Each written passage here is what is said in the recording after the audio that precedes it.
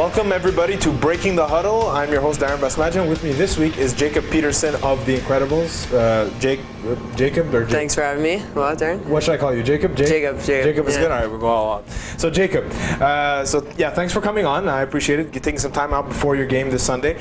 So we'll jump right into it. Incredibles, a team that's been in this league since winter of this past year. Yeah. So first question I always start off is, how did you guys find out about the league? What was the decision made? Obviously, you're the captain, so you could probably give us some more insight than. Well, my good friend Andrew Fudamoto, he played for the Monstars. He was in D5, and he told us we should join a team, and he basically helped us get into the league. I guess he put a good word in for us.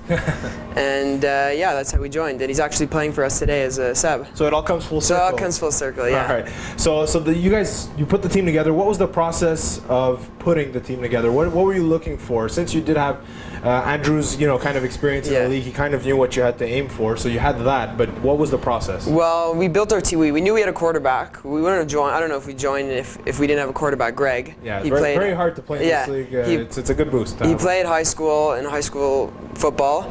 That's the whole team is centered around him because he's our guy. He's our MVP. And basically, it's just our friends. It's all of us. So that's the kind of team you wanted. Right? Yeah. Because in Flag Plus, and we'll get to this a little bit later, but in Flag Plus, we kind of seem to have two different kinds, right? You have these mega teams with all a bunch of different players, and you have guys that are all just their friends. So that's the kind of team you guys are. Yeah. All right. So talk to us a bit about that first season. Did it go as expected? Were you surprised, at how you guys did? Was there an adjustment? Yeah, it was. I wasn't surprised. Like I knew we had a solid team. We're all young, I guess. We're all fast players. We were really nervous in the beginning. You should have our first game. I don't know. Like it was scrambling first play in the huddle. It was just like, okay, let's go along to me, and then we made it to me first play, which was a good start. Yeah, it was a good start. We started off the year 6-0, and then Greg missed a couple games, and we lost the games that I had to my quarterback. I'm not a very good quarterback. And it's a double loss because they lose you as a receiver. Yeah, they lose me as a receiver, and I think it went well. We lost in the first round of the playoffs, which was tough, but we've learned, and basically the main difference between last year and this year is we're much more experienced. We know what's going to happen. Last year we had no idea. None of us had ever played. Yeah, it's flag football at least. Yeah, of course, and we can tell. Yeah. It's very rare that we see a team come in right from the start and have. Sometimes they have regular season success, but to succeed in the playoffs, I mean, there is a subtle difference, even if there's no contact or anything like that. But so you said that the big difference is experience. Has the roster changed at all, or you bring back the exact same roster from winter to spring? The roster is exactly the same. But the problem is this year we won't have Greg for the playoffs. Okay. So we've got to figure something out soon. We're gonna wait till the last minute, I guess. I don't know what we're gonna do.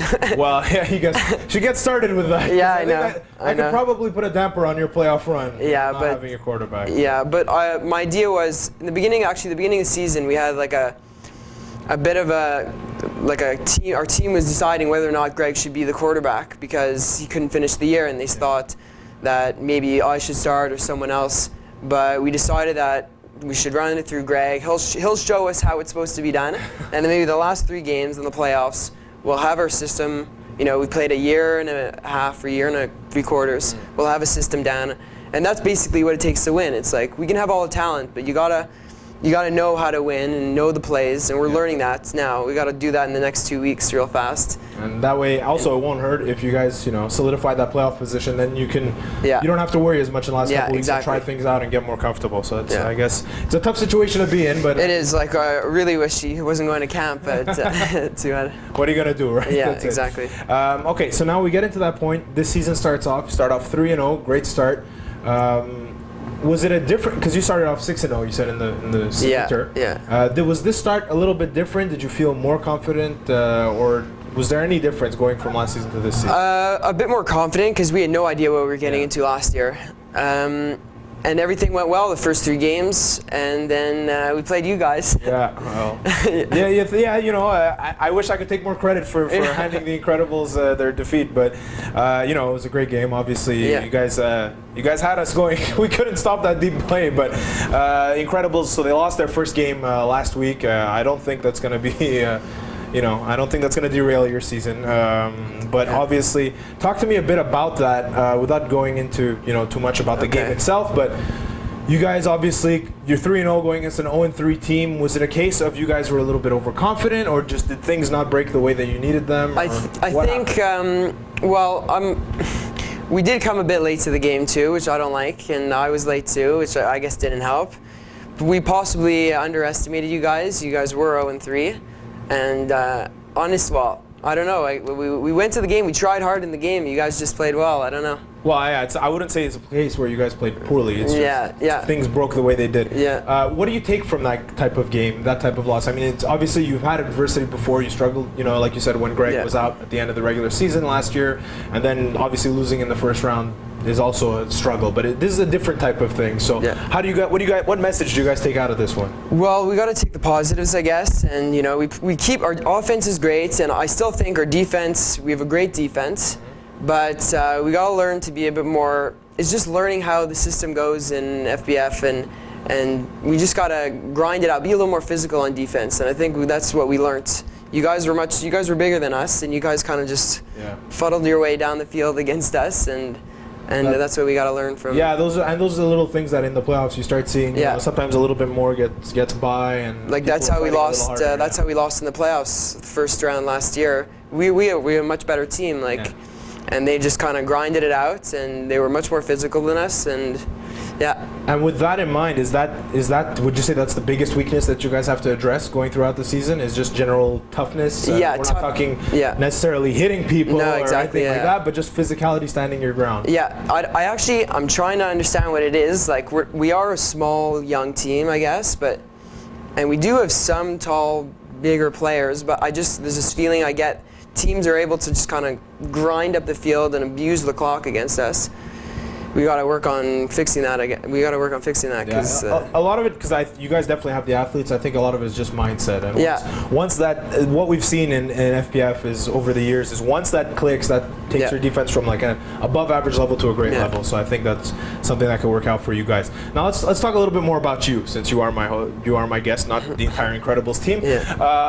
Earlier this year, I don't know if you read it or if you read your own press or whatever, but our president Robert Campana put up a little article of unheralded players who should be getting more praise or not. Yeah, I saw that. Thank you. And so what do you think about getting that? Do you find does it make you like, I'm appreciative that somebody noticed that, or is it more like, well, I'm going to play even harder now so that they really do know my name, and it's not just because of him writing it, but it's because I'm a great player? Well, I'm very honored and flattered that I would be put in that article. It was a great article. But a lot of the credit has to go to Greg. Like I'm just a fast, skinny guy who just runs around the field. Greg is the one who's passing me the ball. He's the guy. Like if he wasn't on the team, I would not be anywhere near on that list. And the lesson to future captains or other captains: this is how you shoulder, you pass along the praise. But seriously, I mean, I don't know. It's very true. Like I can't imagine without Greg.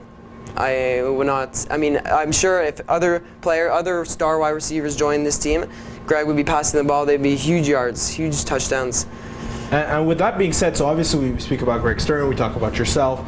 Talk to me about some other players on your team who, you as captain, you could say that, well, these guys have a big contribution, but we're always talking about the guys who put up the huge numbers. So there's a couple players that play like huge roles. I don't think they never get mentioned, but David Stein, Neil Edinson, Mike Cho, they're huge role players, and Marco too. Huge. They get our spirits up. They're very positive players. I'm more like, sometimes they call me, I'm a little depressed on the field. Sometimes I don't like to celebrate. So like I bring maybe that part, they're very positive, they get psyched up for the game. We have our own Facebook group, they post things, to get us pumped up. And they play well on the field too. It's just too bad we only have like 10 plays per game. That's it, exactly. Yeah. All right, so then going back to the article, so a little bit more buzz about Jacob Peterson now. Yeah. People are talking about it, and I could say like I had seen you on and off on the every now and then in some games, but last week was the first chance I got to see a full game from you, and I was very impressed as well. Have you gotten any interest from people from higher divisions? And if you haven't, let's say you did, would you be interested in moving up, kind of not leaving your team, but joining a second team? I'll have to think about that. Like, I do want to move forward with my team first. I want to see if, like, we were always talking about next year. We have a big discussion. Well, I want to leave that for the end of the season. A big discussion about going to D4 next year, moving up.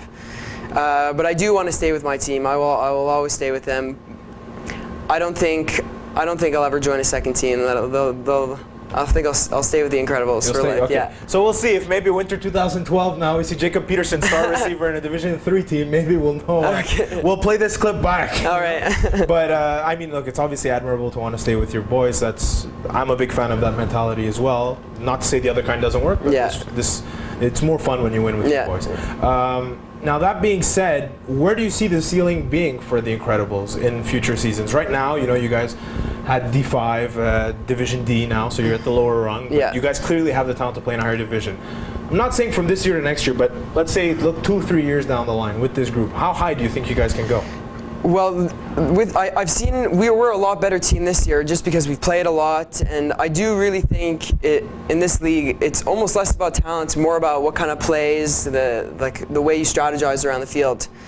But there is a certain amount of talent you need to play in D2, D3. I don't know if we can push it to D3. I'm not sure if with the exact roster we have, but hopefully things might change. Who knows who we might get, or how our team does. So we'll see. I think D4 is like our goal. Yeah, D4 is very realistic Yeah, for you guys, I think. Yeah. But even to D3, I mean, you kind of took the words out of my mouth. My next question would be, would you foresee putting any additions onto the team, any people? And what would you look for in a player? Would it be just somebody you meet through the league, or would it be somebody from the outside? What kind of, I know you told me Andrew Funamoto is going to come in today to help you guys out. Whether him or anybody else is, what would you look for in an addition to kind of help your team make that jump even higher? Well, I know there's a bunch of our friends want to play, and I guess we'd take the best one. Like we have a couple of players who actually play football. We have a couple of friends who actually play football. Would you have training camp or something? I don't know, maybe. We'll see you next year, but. It'll be cool, the roster changes between years. I'm sure maybe next year we might have a bit of a different roster. Some teams might not, some players on our team might not want to play twice a year or whatever, and they might go away for school. So if we do add, I'll try and add better players, obviously. So keep football, pushing pushing it. It's like I do want to get better as a team, yeah. All right, and well, the next thing I'd like to ask is Division 5. I mean, it was interesting because last year, obviously you guys weren't in the league, but we had a lot of big rivalries between 3 teams in particular, Patriots, Sphinx, and the Family. They all moved up, and they're continuing their rivalry in higher divisions. Now, you guys have been in winter, and you just started off with the spring. Is there any team you've had a chance to kind of foster a rivalry with, whether it's you individually that you think, I really want to beat these guys, or as a team as a whole? I guess, who have we played twice? The Lockdown, I guess. But their team has changed, and I know the Tyrants, but we haven't played them this year, so not yet. Maybe we'll see later on the season. We play someone in the playoffs that we played last year. All right. But is there any team that you played last year that you're thinking, I can't wait till we see these guys in this? In particular, Les Boudailles, if they join again, I don't know, because that was a game. I didn't play quarterback. We got one of my friends to play quarterback, and they shut me down completely. I didn't get one catch. All right. There was someone covering me who was amazing. And I would love a second chance against them. Against him in particular? Against him in particular. The guy with I don't know who he was, but he had like a toucan. Right, he was an amazing player. We'll get our stat guys to kind of figure out who that was. All right, well, beyond that, let's bring it back to you. For yourself, as a member of the Incredibles, you guys have had a lot of success so far and everything. I know you had to go in and play quarterback, a little bit, but talk to me a bit about that experience. Did that change kind of how you look at it as a wide receiver? Are you kind of a little bit easier on Greg Stern now? I definitely am a lot easier on Greg. The first game, it was for me it was crazy. Like I didn't know I was going in before, and I just got jumped in there and I played terribly. It was very fast. Like let me tell you, it's hard to see receivers. I understand if he doesn't see me and I'm open. Like I now kind of understand. Like I was able to lock that down on one side or something, and I was scrambling around. The second game was a bit better, but I do appreciate how tough it is, and that's why I think I give so much praise to Greg. He's an amazing player, and he keeps us in it every week. All right, well then we'll start the countdown clock after you praised him to the moon at this point. When he's gone, what's going to happen? It'll be very interesting to follow up on that.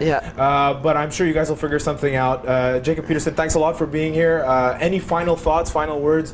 You want to use your time on the camera to kind of throw a shout out to anybody or talk some smack, whatever? Well, I'd like to thank all my teammates, man. You guys helped me a lot. And although I'm getting a lot of the praise, you guys should be getting. We should all be here as a team. Well, you know, there is one opportunity is when we have the press conferences right before the finals. You can bring two players into the. It's a press conference you're doing with the other team. So if you want to step back, if you guys make the finals, that's a good opportunity to get them some screen time. That's extra motivation. Extra motivation. That's it. So, anyways, again, thanks a lot for coming here. Good luck for the rest of the season, and obviously the Incredibles and Jacob Peterson, people to follow very closely as the season winds down. Thanks all for watching, and we will see you here next week on Breaking the Huddle.